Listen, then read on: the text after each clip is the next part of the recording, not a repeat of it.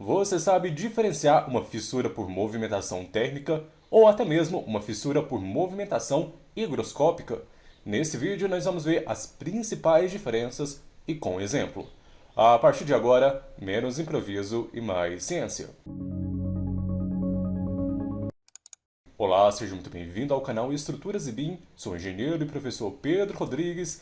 Essa é a segunda parte da nossa aula, onde nós vamos tratar sobre fissuras e as suas principais causas. Esse vídeo será exclusivamente para comentarmos sobre as fissuras por movimentação térmica, higroscópicas e até mesmo por recalque de fundações. Então preste bem atenção e uma boa aula para você. Quando você ouvir falar sobre as fissuras que são geradas por movimentações higroscópicas, pessoal, você tem que lembrar das seguintes palavras.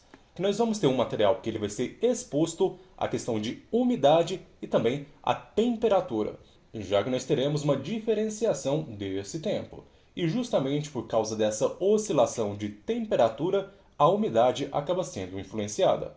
E por meio de um fenômeno de difusão, nós vamos atingir uma umidade estabilizada. Então, quando você ouvir falar sobre fissuras de movimentação higroscópicas, os materiais, de forma geral, eles vão acabar tendo as suas expansões na presença de água. E esses materiais acabam se comportando de forma bem diferente quando eles são expostos à umidade. E quando nós temos água presente, então higroscópicas, nós temos que relacionar a questão de umidade que vai estar interligando a questão de água. Quando nós temos essa água incorporada na produção dos materiais de construção, já que cada material vai ter o seu comportamento, a sua porosidade, o seu coeficiente de dilatação, aí nós temos a questão da umidificação em excessos, principalmente em tijolos cerâmicos e através da chuva. Aqui nós vamos ter o principal problema, que é a ascensão da água do solo por capilaridade. Falou de movimentações higroscópicas, lembre de capilaridade e a questão da porosidade. E essa expansão acaba gerando fissurações, principalmente no pé da nossa parede. Aqui no exemplo você consegue perceber como nós temos essa questão da capilaridade. Isso foi um assentamento de um material poroso, aqui juntamente nessa região, próximo das primeiras fiadas, a questão das fissurações por movimentações higroscópicas. E como que eu posso corrigir isso, hein, Pedro? Acaba que nós temos uma prática de fazer a impermeabilização das primeiras fiadas durante o assentamento dos nossos tijolos. Você pode colocar um aditivo impermeabilizante hidrofugante nessa argamassa de assentamento ou até mesmo depois fazer uma impermeabilização de pelo menos 1 metro da sua parede. Mas você tem que prestar muita atenção no tipo de solo que você vai ter, qual que é o nível do lençol freático, se tem a possibilidade ou não dessa ascensão por capilaridade. Uma dica também que eu te dou, pessoal, é verificar na vizinhança se existe ou não esse problema por capilaridade. Já essa próxima situação aqui é um clássico onde você pode encontrar bastante na literatura, que é a questão da fissuração por recalque de fundações. E esse tipo de fissura na alvenaria ele acaba ocorrendo quando existe um recalque diferencial na fundação. Aí vai originar a questão da falha do próprio elemento ou por recalque do solo. Você está vendo aqui que nós temos uma situação onde nós temos um prédio que tem maior número de pavimentos e nós temos um prédio vizinho onde ele tem um menor número de pavimentos. Quem que você acha que vai ser atingido por essa questão de recalque? Quando a região desse prédio aqui ele sofre um recalque acentuado, ele acaba originando as fissuras diagonais que acabam atingindo uma grande região da nossa alvenaria. Entre esses fatores que pode acabar influenciando é durante a etapa de projeto, a falta de verificação de recalque diferencial ou até mesmo a má compactação do solo. E como nós temos esses dois bulbos de tensão, aqui cada um desses bulbos de tensão acaba significando que esse prédio ele acaba tendo essas tensões que acaba sobrepondo a tensão do prédio vizinho.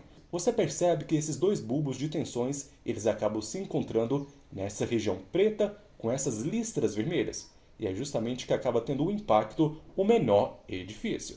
Por isso que o menor edifício ele acaba sofrendo com maior recalque diferencial aqui.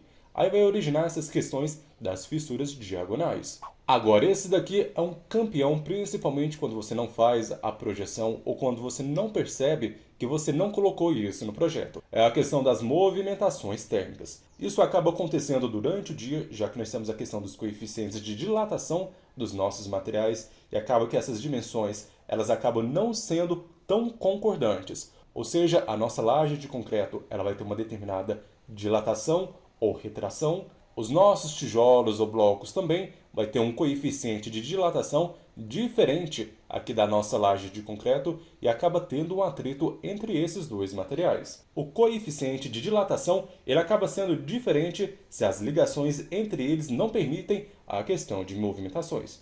Daí vai gerar a questão das fissuras na interface desses elementos. Os materiais com diferentes coeficientes de dilatação, quando eles são unidos, quando nós temos essa laje, ela vai ser unida diretamente com a nossa alvenaria, esses dois elementos acabam tendo um comportamento diferente, já que nós vamos ter uma determinada solicitação, ou ao coeficiente de temperatura diferente ao longo do mesmo componente. E um ponto aqui para você ficar de olho, e a título de curiosidade, é que o coeficiente de dilatação do concreto, dilatação linear, ele acaba sendo 2 vezes maior em relação ao coeficiente de dilatação da nossa alvenaria. E para você perceber logo que se trata desse tipo de movimentação térmica, você pode olhar a questão aqui. Quando você tem a junção da laje com a sua alvenaria, logo nas primeiras fiadas abaixo da laje, você pode verificar a questão de fissuração. Já que nós vamos ter ali uma questão de concentração, de tensão de tração e também a questão de cisalhamento dessa parte da nossa alvenaria. Então não deixe de fazer as suas anotações, fazer os principais pontos aonde você encontra cada um desses tipos de fissuras, que vai facilitar muito a sua vida profissional ou até mesmo identificar os próprios problemas que você tem na sua casa. Assim você não vai gastar tanto dinheiro com um problema que talvez não seja a fonte principal daquela fissura que está sendo originada. Eu espero que você tenha gostado desse vídeo. Não se esqueça de inscrever-se no canal e visitar o nosso site estruturasebim.com. Te espero no próximo vídeo e um forte abraço!